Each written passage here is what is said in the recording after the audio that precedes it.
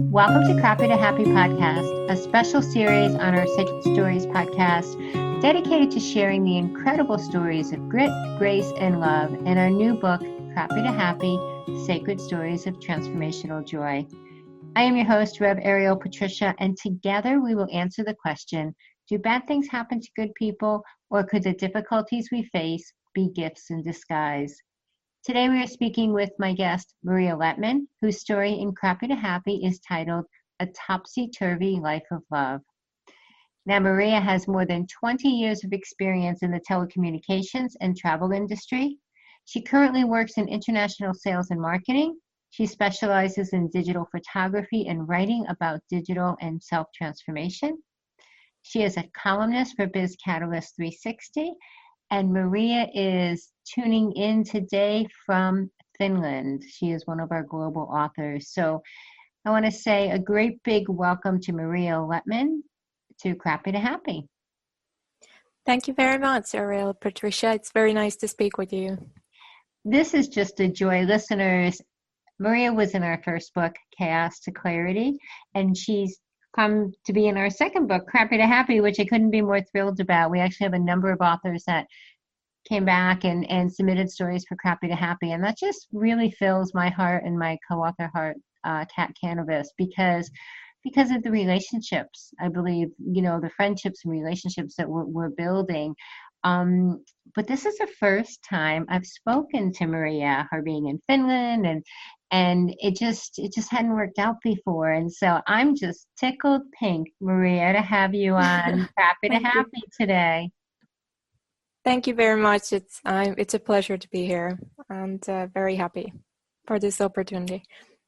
Yeah, absolutely. Well, when your story is just an important story to be told, and listeners, without going and retelling all of Chaos to Clarity story, I will tell you, and then I'll turn it over to Maria, that Maria's story starts in Chaos to Clarity, but another part of her story is told in Crappy to Happy, but it's about, and at the heart of it is her near-death experience, her NDE, and it's a phenomenal sharing of our experiences, that our souls have, that we as souls have. And so, Maria, with that intro, can you share your story with the audience, please? Yeah, absolutely. As you rightly said, and I had a near-death experience, which was really tough. And, so my story for Crappy to Happy is really more like a sequel to what I experienced during the NDE. And, you could say that my story, although it's not my first awakening, it's about a culmination of an awakening when I realized what had happened to me, waking up from a coma that lasted about 1.5 weeks, a medicated coma. I was in the ICU back then. And after I came to, I no longer wanted to hide my experiences, but I really wanted to use them and these book opportunities to help and inspire people who might have experienced something similar or had a very severe illness, or, that they wanted to hear from others and kind of give them hope, really. That was my intent. So that's what I want to do with this story. Your NDE was intense, and the experiences that you share, that you went through in the hospital. You're in the hospital. So let's just give a little more framework. Let's just at least set the scene for our audience of what created the near-death experience for you. Yeah, absolutely. It was really strange because it started out as a normal cold and then developed in 3-4 days into blood poisoning, and then was coupled with pneumonia. And so my breath, for example, oxygen intake was about 30%, even 40% is already considered lethal. So I shouldn't have, I shouldn't be here, basically, if you look at the physical, situation back then. but somehow I persevered, and I lived through that time that I was in a hospital in sort of a in-between stage. And that's what I wrote about in Chaos to Clarity. It's what happened to me in what I call the shadow world. It's kind of where the soul is when it hasn't yet crossed into the other side, into the heaven. But it's sort of in between worlds, and you can still, I could still understand people around me, but I could also live in the world that, was very a peculiar experience, and very, I would say it awakens you really dramatically to realize, that there is a whole other world out there. The experiences you shared in Chaos to Clarity were intense, and the husband that your husband in this life was also in the NDE with you, in the sense that you saw him, right, in Yes. the shadow world, and you had experiences with him there, and that was also a driving force, at least it seemed to me in your story, for you to come back. Is that true? Is your husband in this life one of your driving forces in being here? Oh yeah, absolutely. I mean, he would come to the hospital every single day. He would sit right beside my bed for 2 hours, speaking with me, or just being there, holding my hands, making sure I had my crystals. He doesn't even, sort of believe in that, but because I do, he wanted to make sure that, my jewelry and everything was in my hands. Every time he came over, and he would just ask me to, hang in there and come back. And I would hear that. So every time I would wander off, and I would sort of be letting go and be tired and in pain, then his voice would get through me, and I would just fight my way back. It still brings me in tears. I'm sorry. I can get a little bit emotional about that, but it was just, yeah. Oh, absolutely. No apologies. I mean, the depth of love that you experience with your husband, and the, he is the reason, you came back. Your story in Crappy to Happy, we'll call it the sequel, right? Titled A Topsy Turvy Life of Love. It's also centered around not only your NDE, but your husband.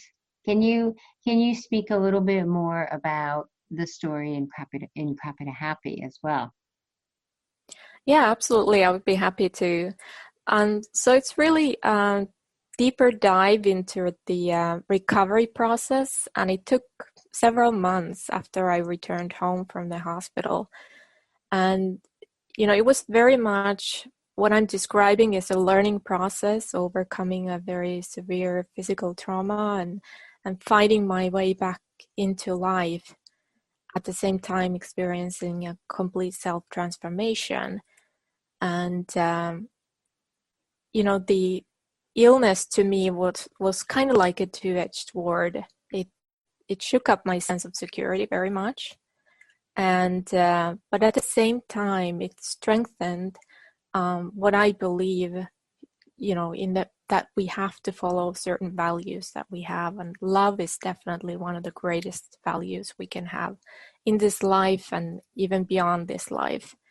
And if it wasn't for my husband, I doubt I would have ever fought so hard, to be back. And he was there every step of the way when I came back from the hospital, and making sure that I could do the daily things that I really struggled with, because I didn't have that physical strength in me at the time. Well, I think it's important exactly to note, not only did you have a near-death experience in the hospital, it wasn't like when you woke up, you were all better. You have had a long recovery period, and that has impacted your life in a great deal. Can you share a little bit about that? Because that really is a main thread, especially in your story in Crappy to Happy, that really that coming back you've been doing. Yeah, absolutely. It's I mean, on the contrary to all the movies, when the movie stars are romantically in coma, and then they just spring back into life. That's not exactly how it happens. The physical body really takes a toll, and so does the mental side of it. So, I could say that when I came back and when I came to, I was actually quite angry at first because I had a lot of physical challenges even before that illness. And, I think I learned a lot about myself and my gift to persevere. It was really a lesson for me to learn to navigate my path, even through all these obstacles that were thrown in my way. And even though it was very hard for me to manage my day-to-day life, I learned to trust that sometimes we're not shown the path. We're not, the universe will not come knocking to your door every day saying you're going to be just fine. You kind of have to find that power within yourself. And one of those powers, I would say two of them is really critical. And it's finding hope and finding love. And it took me a lot of meditation, a lot of prayer, a lot of time with my husband, with a good friend of mine who had really gone through similar experiences, although not to that severe level, to do that on a daily basis, just kind of fight onward and regain stability. And eventually I learned to let go of the anger, but I was fearless for a while. I wasn't afraid of anything because I felt I had faced really the worst kind of scenario you could. Yeah, I would say what you've gone through with your near-death experience and the recovery, of which you're still recovering. I mean, you still have to be careful Absolutely. with your health and with your energy and so forth. And listeners, that is one of the reasons this is the first time we've spoken to Maria. I've had the pleasure to speak with Maria because she is still recovering. It has been quite an ordeal. But Maria, one of the questions we ask about is the gift within the pain, or could the difficulties we face be gifts in disguise? And listening to you, I mean, I think I heard some gifts in what you've shared, but what would you say is maybe one of the frame a gift, or would you go through it again? I guess the answer probably would be no. I don't know to that, but what would you say is the gifts, maybe some of the gifts, again, that you have received from this experience? Yeah, I mean, definitely, in the beginning and during the first months, I would not have perceived it as a gift as such. It was more like a challenge thrown my way, but I understand a little bit more about that we have to have those. And within those, it is like you said, there is a gift. And my gift has always been emotional intelligence. It's been very high. I've always been receptive to people, their energy, their feelings and what they're going through. And through this all, it multiplied. So I no longer have to be in the same room to feel what somebody else is feeling. In fact, I kind of have to sit down and think, is this my feeling? Where is it coming from? Because I can actually sense, when somebody in my family has maybe is sorrowful, or somebody is panicking about something, or I can sense those feelings now, and they're quite real to me. So then I realize, okay, I have to call this or that person, or I have to send them a message, or, it kind of gives me that gift of what to say and how to inspire people. And, from time to time, people will even come back to me if I publish something in social media. This was exactly what I needed, So, yes, there is a gift. It's a tough one because physically it drains you as well to an extent, but you have to come to terms with it, so I'm also trying to remember that, there is a balance to everything. I'd say that's a beautiful gift. That's extraordinary. Thank you for sharing that. Was it a couple more questions? I'm going to keep you on a little bit longer. Was it challenging or exciting to write your story for Chaos to Clarity and Crappy to Happy? How was that process for you? Yeah, that's a good question. I have to say that it was I was very inspired and very happy to write it, but write both of those stories, but at the same time it was really, really scary. It was probably, and it really was the first time I would have shared something that personal that happened to me, to myself, and not through metaphors or dreams, but the actual, everything that went on. And yeah, I enjoyed that, but there is that scary bit to it, how people will react when they read that, and I hope they can relate to it. Oh, I think that people will relate deeply to your story, and especially a topsy-turvy kind of life of love that's in Crappy to Happy, because it's truly at the heart of it a beautiful love story between you and your husband, and how he is, your driving inspiration. The inspiring part, or why you did it, if it was a little scary, why did you write it though? Like, why did you want to share these stories, in our books?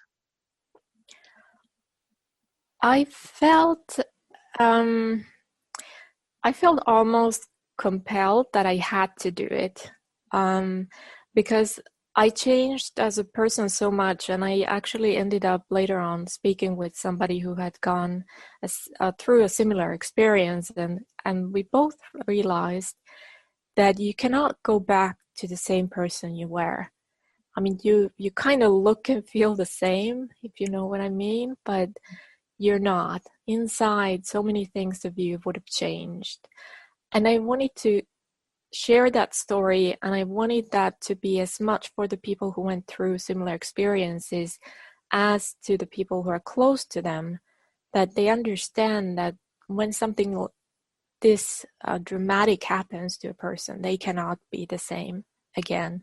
Their identity changes, and you have to allow them to change, and maybe they're speaking out more, or they may have different qualities or sharpened qualities or whatnot, but they're still the same people, and you still, want to love them, and they probably love you back even more. But you have to allow them to change, and that's what I wanted to portray. And I also wanted to portray how important, somebody like my husband was during that process. I wanted him to know, so I had to put it in writing as well. Does he know now? Sorry? Does he know now? Is he? Oh, yes, absolutely. He does. And I think, he's very Finnish in the way that he's not, he's kind of held back, in his emotions, but I can see that pride, when we talk about my book, and, what I've told about him, and how I dedicate things to him. So I can see he's very proud of that. Oh He gosh, knows. it just makes you so happy. I think you're gonna bring me to tears in the interview now. It really is beautiful. I really encourage everyone listening to read Maria's story, A Topsy-Turvy Life of Love, in Crappy to Happy, because it really is a beautiful. I mean, it is a story of her NDE, and it is the story of her fight to stay here. But at the heart of it, it really is the beautiful love story between her and her husband. Um, Maria Lehtman, wow, this has been such a pleasure. Please share with the audience any final words you'd like to leave them with? And please share your website so that they know how to also get in touch with you. Yeah, absolutely. I appreciate this opportunity, and very happy to, if you read my story and if you like it, and please don't hesitate to share feedback. That's always important. It's always wonderful to hear that. And if you want to know more about me, you can absolutely find me from thedigitalteacup.com. I share inspirational quotes, stories, writing on it, as well as, of course, BIZCATALYST360.com. So welcome to follow either one of those sites.